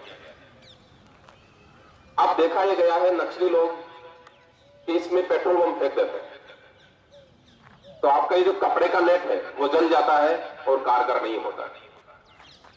तो यूनिट कमांडर चाहे तो यहाँ स्टील नेट जो लोहे का नेट है वो इस्तेमाल कर सकते हैं और जो मोर्चे की साइज है, जो शेप है, उसको सीमेंटेड कंक्रीट का जी शेप में उसको बना सकते हैं, क्योंकि आप देख रहे हैं कि पीछे से कोई गोली आती है तो संतरी को लग सकती है। इसलिए मोर्चे जी शेप में बनाए जाते हैं और उसके सामने की तरफ लोहे की जाली लगा दी जाती है ताकि अगर पेट्रोल बम फेंका भी जाए तो पेट्रोल बम उसमें कारगर न हो। इसके अलावा जब गार्ड कक्ष से मोर्चे की तरफ गार्ड होशियार के टाइम संतरी अप्रोच करते हैं तो साइड से जब निकलते हैं तो दिखते हैं। सामने तो आपने एक कवर लगा दिया, लेकिन जब साइड से निकलेंगे और मोर्चे तक पहुंचेंगे तो उस समय वो विजिबल रहेंगे और उनके ऊपर फायर हो सकता है। ऐसी परिस्थिति से बचने के लिए अधिकांश मैगजीन में मैंने देखा है नक्सल अफेक्टेड एरिया में कि वो गार्ड कक्ष से ट्रेंच बना देते हैं और वो ट्रेंच इतनी गहरी होती है कि आप थोड़ा छुप के दौड़ के तुरंत मोर्चे तक पहुंच सकते हैं। ट्रेंच ऐसा न बनाए कि आपको क्रॉलिंग करना पड़े। अक्सर बोला जाता है कि ट्रेंच में क्रॉलिंग करते हुए जाओ। अब एक तरफ आपके सामने से अटैक हो चुका है, दूसरी तरफ आप क्रॉलिंग करेंगे तो उसमें समय लगेगा। तो जल्दी से जल्दी मोर्चे तक पहुंचने के लिए या आपका अल्टरनेटिव मोर्चा है वहां तक पहुंचने के लिए आपके ट्रेंच बना दिए जाते हैं ताकि उन ट्रेंच के माध्यम से नीचे झुककर जस्ट बेंड होकर दौड़कर तुरंत मोर्चे पर पहुंचा जाता है और तुरंत रिइंफोर्समेंट की कार्रवाई की जाती है। तो इस प्रकार का परिवर्तन भी आप कर सकते हैं। इसके अलावा सीमेंटेड मोर्चे के अलावा कई यूनिट में लोहे के वाच टावर्स भी लगा दिए जाते हैं। ये मोर्चों के अलावा वाच टावर लगा देते हैं ताकि दूर से अगर कोई मूवमेंट होता है, संदिग्ध मूवमेंट होता है तो वो नजर आए। लेकिन वो जो लोहे के वाच टावर बनाए जाते हैं उनको भी ये देखा जाता है कि इसमें गोली पेनिट्रेट होती है। मैं steel plant, fly steel plant में था और वहां के राजरा माइंस लगभग 20 किलोमीटर दूर एक महामाया माइंस है। अगर छत्तीसगढ़ वाले कोई है तो वो समझते होंगे महामाया माइंस कहाँ है। महामाया माइंस नक्सल अफेक्टेड एरिया है। वहां एक बार हमारे सीएसएफ के ऊपर अटैक भी हो चुका है और लगभग 17 क्विंटल एक्सप्लोसिव लूट के ले जाया जा चुका है। तो उस जगह इसी प्रकार एक ड्यूटी पोस्ट था जिसमें कम से कम 17-18 जवान रहते थे और वहां लोहे के मोर्चे प्लांट ने अपनी तरफ से दिया हुआ। तो चारों तरफ कवर था, लगभग 20 फीट की हाइट थी। डीआई साहब डीएस रावत जो कि भिलाई स्टील प्लांट के डीआईजी थे, वो आए और उन्होंने बोला कि गलवाने देखते हैं कि इसमें गोली पेनिट्रेट होती है। हमने लगभग 20 मीटर से गोली पेनिट्रेट करने के लिए गोली चलाई। देखा तो सामने वाली स्टील की जो शीट है उससे पेनिट्रेट हो चुकी थी गोली। अंदर जो एंगल लगे हुए थे सीढ़ियों के चढ़ने पे, उन एंगल से गोली पेनिट्रेट हुई। फिर सामने वाली जो अपोजिट स्टील शीट थी उससे भी गोली पेनिट्रेट हुई और गोली आर पार निकल गई। हम ये सोचते हैं कि हमने अपना आड़ लिया हुआ है, स्टील शीट से हमें गोली नहीं लगेगी, लेकिन उसकी थिकनेस कितनी है, वो कितना गोली की मार को सहन कर सकती है, यह भी हमें टेस्ट करके देखना होगा। तभी हम अपने आप को जवान को बता पाएंगे और वो सुरक्षित हालत में ड्यूटी कर पाएंगे। तो उसके बाद 8 mm की जो प्लेट थी, पहले वो कास्ट आयरन की थी। डीआई साहब ने बोला कि इसको जो सॉलिड आयरन है उस आयरन की सीट बनाई जाए ताकि उससे गोली पेनिट्रेट ना हो, और उसको भी दोबारा टेस्ट किया गया। तब हम लोगों को विश्वास हुआ कि हाँ, अब अगर गोली चलेगी तो हमारा जवान सुरक्षित है। इसके अलावा जो मोर्चे वाली जगह जहां जवान खड़ा रहता है उस जगह भी चारों तरफ कम से कम 6 इंच की लेयर बनाई। उस 6 इंच की लेयर के अंदर मिट्टी इंसर्ट की गई ताकि अगर गोली उसमें भी इंसर्ट हो जाए, लगातार फायर करने से एलएमजी से, अगर आप देखेंगे बहुत मोटी थिकनेस की अगर प्लेट है उसमें लगातार एलएमजी का फायर करेंगे, खासतौर से 7.62 mm का, तो उसमें इतना ज्यादा कंसंट्रेशन बढ़ जाता है कि गोली पेनिट्रेट होने की चांस आ जाते हैं। तो उसको बचने के लिए, उससे बचने के लिए 6 इंच की लेयर बनाई गई और उसके अंदर मिट्टी भरा गया ताकि अगर गोली अंदर इंसर्ट हो भी जाती है तो मिट्टी की वजह से उसकी स्पीड कम हो जाती है और दूसरे शीट को फिर वो पेनिट्रेट करने में सक्षम नहीं हो पाती और हमारा जवान सुरक्षित रह पाता है। क्योंकि नालको तावन जोड़ी में जो नक्सली अटैक हुआ था सीएसओ के ऊपर, उसमें एक हवलदार ने अपने आखिरी दम तक मोर्चा संभाला था और ऊपर वाच टावर से लगातार फायर कर रहा था। नक्सली लोग उसके काबू में नहीं आ रहे थे। बाद में चारों तरफ जो नक्सली लोग आए तो उन्होंने सोचा कि इसको काबू में लेने के लिए किस प्रकार से इसको मार गिराया जाए, तो नीचे घुस गए मोर्चे के और नीचे की जो शीट थी उस नीचे की शीट से उन्होंने गोली चलाई। तो अपने जवान को नीचे की शीट से गोली लगी और वो हवलदार वहां मारा गया। तब फिर ये भी उपाय लिए गए कि नीचे की शीट भी 6 इंच की लेयर की मोटी होनी चाहिए ताकि नीचे से भी कोई गोली न मार सके। तो इस प्रकार के हम केस स्टडी करते हैं तो हमें अपने सुरक्षा के उपायों को बढ़ाने में और अपने आप को बचाव करने में ज्यादा सहयोग मिलता है। इसलिए मैं हमेशा कहूंगा कि आप केस स्टडी करते रहें और खास तौर से हमेशा फेलियर स्टोरी पढ़ें। फेलियर स्टोरी पढ़ेंगे तो आपको कई रास्ते मिलेंगे। अगर केवल आप सक्सेस स्टोरी पढ़ेंगे तो आपको केवल और केवल मैसेज मिलेगा। तो जितने भी अटैक हुए हैं खासतौर से सीआरपीएफ पर और सीएसएफ को भी फिर 2-3 अटैक हुए हैं। करगली में हुआ, बेलाटीला में हुआ, इसके अलावा बेलाटीला में 1-2 बार किडनैपिंग का भी अटेम्प्ट किया गया, नालको दामन जोड़े में हुआ। ये सीएसएफ के ऊपर अटैक हुए। हालांकि यहाँ पर हमारे जवानों ने जमकर मोर्चा लिया, शौर्य चक्र भी दिया गया वहां के सब इंस्पेक्टर को जो डीएमपी सिंह थे बेलाटीला में। तो उन्होंने आखिरी दम तक अपना बोलते हैं कि मोर्चा नहीं छोड़ूंगा, वो कार्रवाई की और सीएसएफ का नाम रोशन किया। लेकिन मैं चाहता हूं कि आप वहां के हालातों के मुताबिक, वहां के टेरेन के मुताबिक, वहां के खतरे के मुताबिक, वहां के मोडस ऑपरेंडी के मुताबिक अपने आप में मोर्चों को चेंज करने के लिए, सुरक्षा उपाय चेंज करने के लिए अपने सब अफसर या अपने अफसर को बताएं ताकि आप अपने आप में सुरक्षित रह सकें और उस यूनिट की शान और जान बनी रहे। अदरवाइज आप सिर्फ भी आदेश का पालन करते रहेंगे कि साहब बताएंगे तो हम करेंगे, तो आप अपने आप को खतरे में डाल रहे हैं।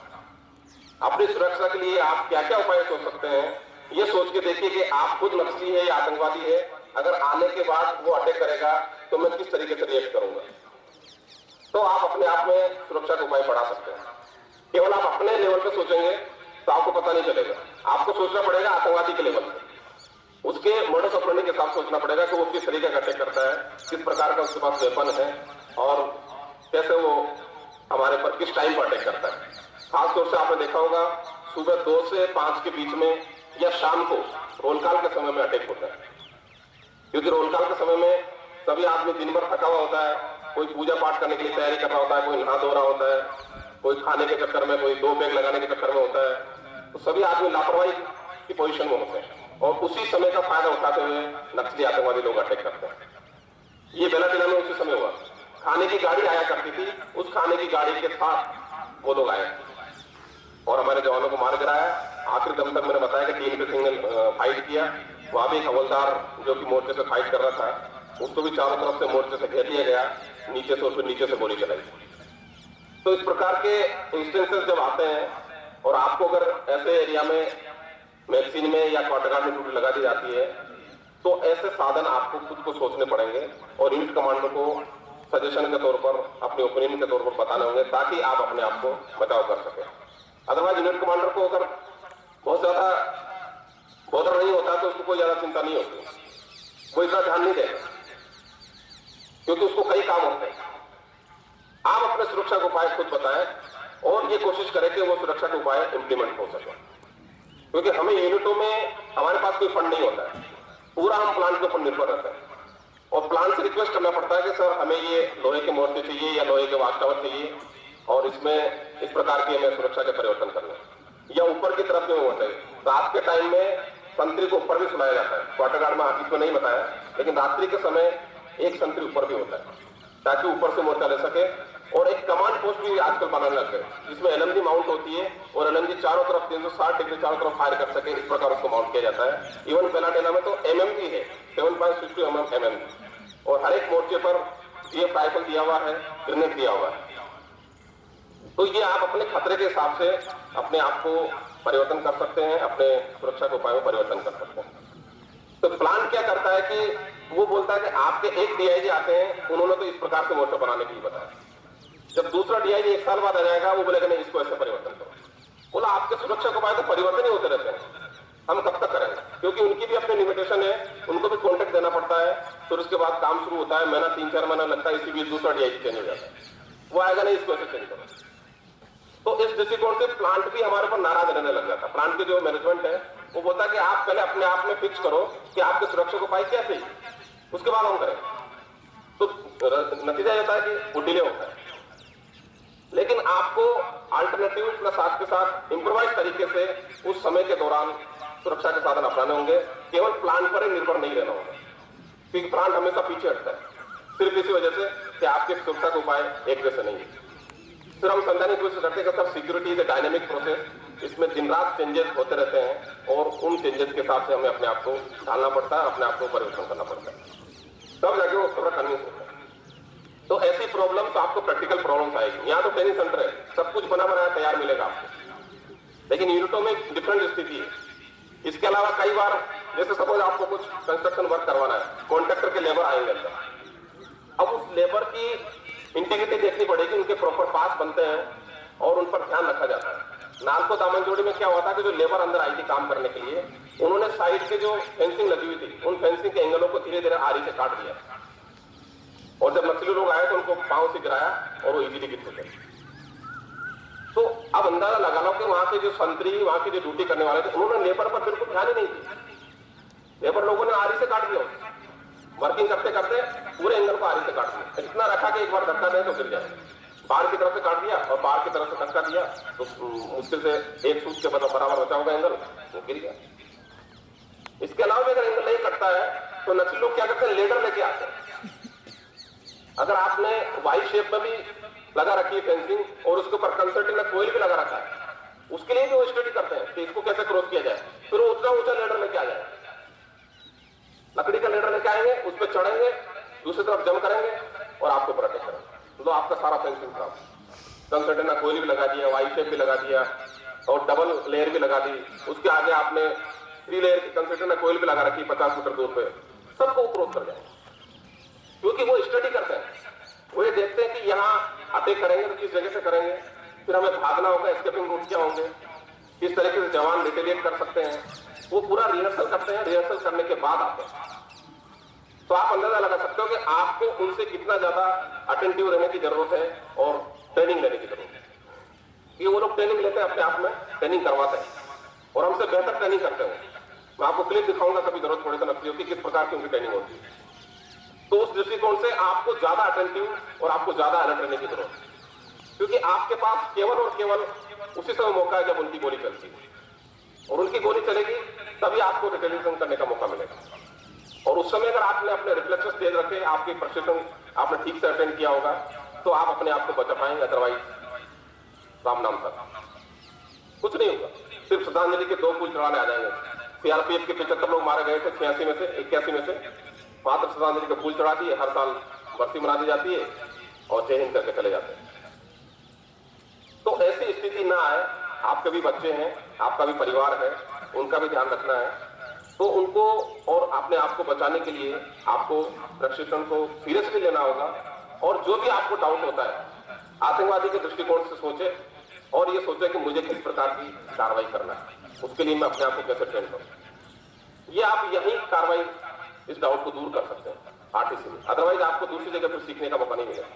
फिर यूनिटों में आपको ड्यूटी करना है, यही समय है। आप लकी हैं कि आपके लिए 44 वीक का ये प्रशिक्षण का अवधि बढ़ा दिया गया, अदरवाइज पहले 32 का, फिर 4 वीक का प्री कमांड। अभी एमएचए ने ये सोच के 44 वीक का किया है कि ताकि सीआरपीएफ, आईटीबीपी, बीएसएफ और सीआईएसएफ इन चारों की एक जैसी ट्रेनिंग हो सके। हुआ ये था कि एमएचए में बात हुआ कि सीआरपीएफ की बहुत ज्यादा कैजुअलिटी हो रही है, आईटीबीपी की बहुत ज्यादा कैजुअलिटी हो रही है, बीएसएफ की बहुत ज्यादा कैजुअलिटी हो रही है नक्सली इलाका। सीएसएफ की नहीं होती है, सीएसएफ इतना अच्छा ड्यूटी कर रही है, सीएसएफ की क्यों नहीं होती? तो सीआरपीएफ आईटीबीपी के डीजी महोदय ने बोला कि सर सीएसएफ की इसलिए नहीं होती कि वो तो अपने प्रोवाइसेस में है, उनको ड्यूटी नहीं लगाई जाती है। तो एमएचए बोलता है ड्यूटी क्यों नहीं लगाते? तो इधर हमारे डीजी बोलते हैं कि उनको ट्रेनिंग ही नहीं। बोला अच्छा ट्रेनिंग नहीं है, क्यों नहीं है? बोला तो हमारी 32 वीक की है, नेचर ऑफ ड्यूटी अलग है, हम केवल प्लांट पर ड्यूटी करते हैं, हमारी पोलाइटनेस और कट्सी वाली ड्यूटी है, इस प्रकार की काउंटर इंसिडेंसी और एम्बुश वगैरह की ड्यूटी नहीं है। बोला तो ये तो होना चाहिए, सब बराबर तनख्वाह ले रहे हैं, आप भी सीपीएफ में हैं। तो नतीजा ये हुआ कि वो 44 वीक का सिलेबस बना, वहां बैठ के सभी सीआरपीएफ, बीएसएफ, आईजी वगैरह सभी बैठे, और उसके बाद ये डिसीजन लिया गया कि एक जैसा ट्रेनिंग हो, फिर भी थोड़ा बहुत परिवर्तन करके आपका ट्रेनिंग उनकी अपेक्षाओं से भी कुछ हल्का है। इसलिए अभी ड्रिल के पीरियड कम करके डब्ल्यूटी के पीरियड बढ़ा दिए गए हैं, ताकि जरूरत पड़ने पर आप लोग सही कार्रवाई कर सके और रिटेलिएशन कर सके। इवन नाइट के पीरियड भी इंक्लूड कर दिए गए, तो ये आप ही के कोर्स से किया गया। तो इस दृष्टिकोण से वर्तमान परीक्षा में आतंकवाद की स्थिति और नक्सलवाद की स्थिति देखते हुए आपको बहुत ज्यादा उच्च दर्जे का प्रशिक्षण लेने की जरूरत है। और जो भी कोर्स में आप जाते हैं, किसी भी कोर्स में आपको डिटेलमेंट होता है, उस कोर्स में आप अव्वल ग्रेडिंग लेने की कोशिश करें, ताकि अपने आप को प्लस साथ में अपनी यूनिट को आप बचा सकें और दूसरों के लिए भी प्रेरणा का स्रोत बन सके और दूसरों को आप सिखा सकें। यही मेरा कहना है। एक बार फिर मैं पूरी टीम को, आरटीसी को बधाई देना चाहता हूं कि आपने आज बहुत अच्छा डेमोस्ट्रेशन दिया, शानदार प्रदर्शन किया। इसी प्रकार मैं उम्मीद करता रहूंगा कि आगे भी हमें देखने को मिलेंगे। और आज शाम को भी एक मॉक ड्रिल हम करने जा रहे हैं। डीजी महोदय ने कल ही सभी आईजी सेक्टर से डिस्कस किया कि यूनिट लेवल पे और आरटीसी लेवल पे जो मॉक ड्रिल्स होती है वो उस लेवल की नहीं है जो कि होना चाहिए, डिजायर लेवल पे नहीं है। तो कल डिस्कशन हुआ, मॉक ड्रिल कैसी होनी चाहिए उस बारे में बताया गया। जल्दी हमें निर्देशन मिल जाएगा, लेकिन उससे पहले आज एक मॉक ड्रिल हम आप लोगों को दिखाना चाहेंगे कि किस प्रकार मॉक ड्रिल की जाती है। उसका शाम को प्रदर्शन किया जाएगा। हालांकि मॉक ड्रिल के बारे में डिस्क्लोज नहीं किया जाता किस समय कैसी मॉक ड्रिल होगी, लेकिन आज एक डेमोन्स्ट्रेशन के रूप में आपको वो चीज हम दिखाएंगे। और फ्यूचर में रैंडमली किसी भी समय मॉक ड्रिल के लिए अलार्म बजेगा। उसके बाद फिर हर एक आदमी का, हर एक टीम का, हर एक मेंबर का क्या क्या रोल होगा, वो रोल उसको निभाने होंगे। उसके लिए हम एसओपी बनाएंगे। एसओपी में हर एक आदमी का रोल प्रिस्क्राइब होता है, उसी के अनुसार अपना वो कार्रवाई करेगा। जय हिंद, जय भारत।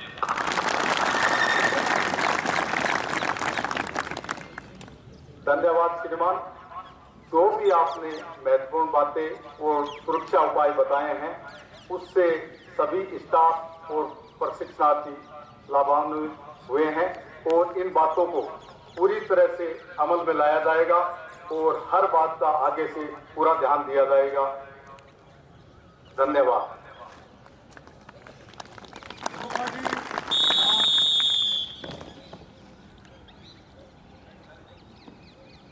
समाप्त हुआ, पेश करने की आज्ञा प्रदान करें।